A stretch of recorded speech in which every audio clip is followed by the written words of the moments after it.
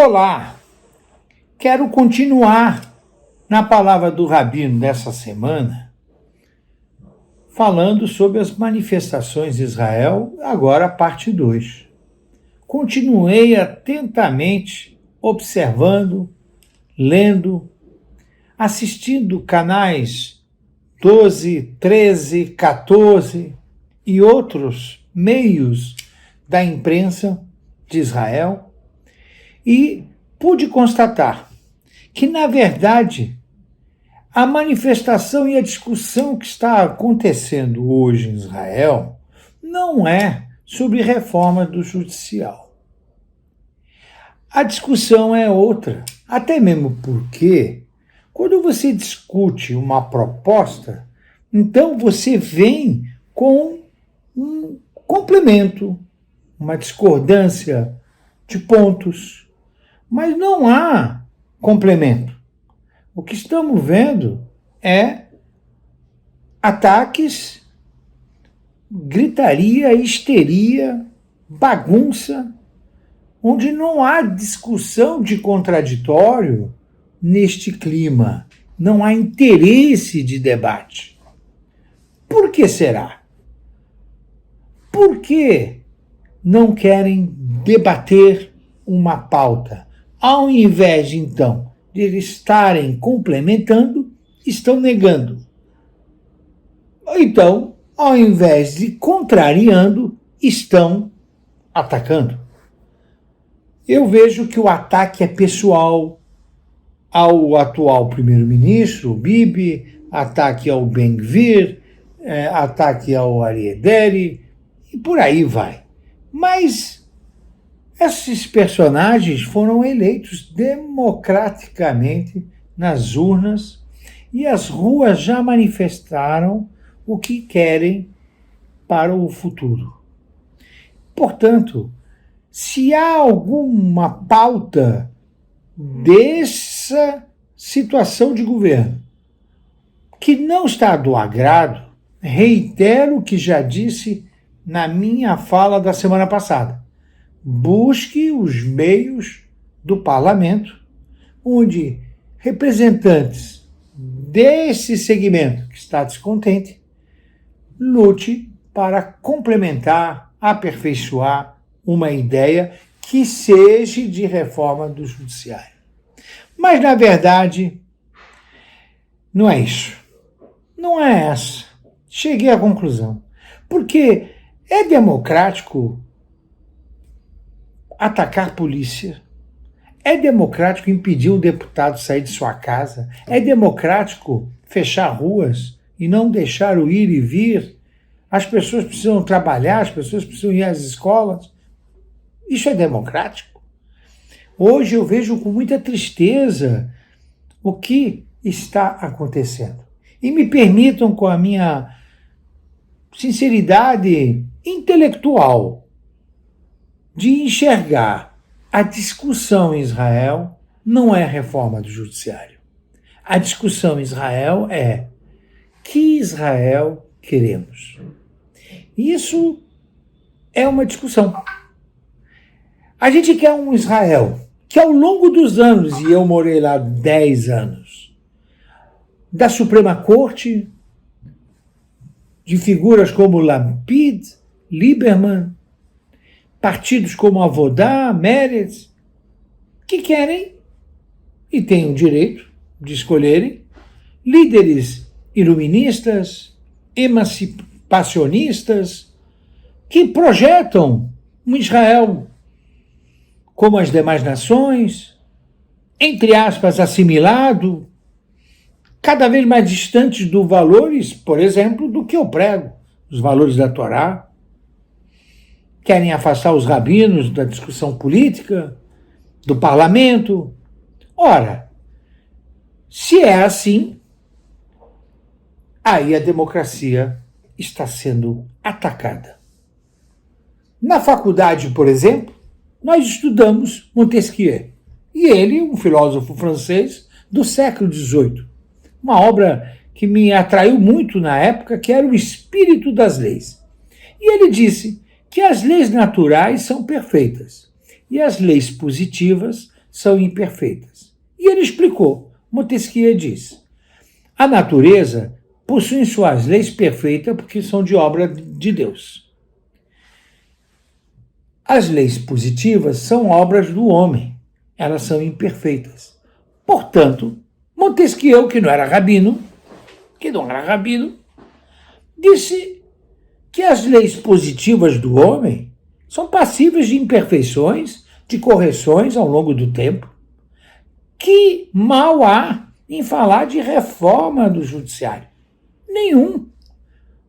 Pressupõe algo que Montesquieu, que é o pai da democracia, é ele que instituiu a lei dos três poderes. E ele disse: só o poder pode vigiar o poder. Ou seja, o legislativo,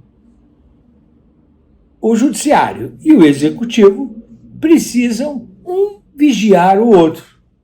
O poder freia o poder. Me parece que esse tema seria muito mais fácil discutido entre diversos pontos de vista se fosse o debate a reforma do judiciário. Mas não é. Não é. É que Israel queremos. O ponto é tão absurdo que me entristece muito. Me entristece porque eu vi e acompanhei manifestações ao longo do mundo, nos Estados Unidos, na Alemanha, na França, fazendo manifestações e pedindo para que esses países não façam negócios com Israel. É o BDS encampado pela própria nação. É algo terrível. Foi por esta razão que o grande templo de Jerusalém foi destruído. É por esta razão que saímos um dia do exílio e não estamos sabendo retornar para Israel com outro espírito, com outra visão, com o espírito das leis de Montesquieu, mas com o espírito judaico, acima de tudo, de respeito e de nunca dar tiro no próprio pé, tiro da própria família. Nunca imaginei que um BDS seria feito por esses manifestantes. Mais ainda, eu, analisando friamente, digo que a sociedade judaica de Israel manifestou já que Israel ela quer pela frente. Isso vem das ruas, isso vem das urnas. O governo, se não contar 10 deputados árabes, ele tem a maioria judaica querendo algo. É 64 versus 49. 64 de direita, conservadores, religiosos, contra 49, tirando de novo os 10 deputados árabes. Então, a maioria, mas é uma maioria esmagadora. Nós estamos falando que da população judaica de Israel, 60% querem um judaísmo, querem valores conservadores, e 40% não querem.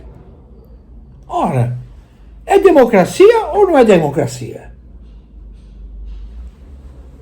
Eu penso que já não podemos mais seguir falando e fazendo algo diferente. Be'ezrat Hashem, com a ajuda de Deus, ele é um slogan de rabinos e de conservadores. Be'ezrat Hashem também deveria ser do outro lado, mas querem impressionar com Shem, com nomes. Falar que um é democrático, o outro é antidemocrático, que um é fascista, o outro não é fascista, que é paz, igualdade, e valores, e nomes para cá, nomes para lá. Mas o que se vê, na verdade, é uma desunião, uma situação sem nenhuma justificativa, em cima de um resultado eleitoral onde ambas as chapas disseram o seu discurso de campanha. Portanto, eu quero terminar falando duas fontes judaicas que eu acho importantes. A primeira, Mishpat Shlomo. Certa vez, duas mães vieram discutir na frente do rei Salomão a quem pertencia o bebê. A ponto que uma das mães, o rei Salomão não sabia o que fazer. Mishpat Shlomo é um capítulo famoso da Bíblia. E uma das mães falou, olha, não tem jeito. Ela fala que é dela, eu falo que é minha. Então, como é que o senhor vai fazer? O rei Salomão propôs, então eu vou dividir o bebê pela metade. Uma das mães falou, é o jeito. A outra mãe disse, não, eu abro mão. O rei Salomão falou, se você abre a mão, você é a mãe verdadeira. Se você fala não tem jeito, então você não é a mãe verdadeira. Se nós mesmos estamos fazendo BDS contra Israel por causa do Bibi, do Aryeh Deri, do Ben-Gvir, então quero dizer que vocês não entendem Israel como filho. Não é possível chegar a esse nível o ódio. Sinat Hinam. Eu peço agora atenção para a próxima fonte. Nós cantamos desde pequeno. Ose Shalom Bibroma, Oyase Shalom Aleinu, Ve'al Kol Israel. Esse Ose Shalom, a letra diz, a gente pede a Deus que faça paz nas alturas, nos céus. E assim como ele faz paz lá, faça paz aqui com todo Israel. Eu nunca entendi qual é o sentido desse texto, que é litúrgico, é do Kadish, foram os rabinos que fizeram essa composição, e eles queriam ensinar algo impressionante para os da direita e os da esquerda, para Bibi, para Lapid e seus seguidores. O ciclo da água é a chuva faz a paz, porque existem águas em cima, águas embaixo. Vayavdel Elohim ben hamayim lamayim. Deus separou águas e águas, águas embaixo, oceanos, águas em cima, condensadas em nuvens. Quando chove, as águas de cima descem e as águas de baixo, com o efeito do sol e da evaporação, sobe.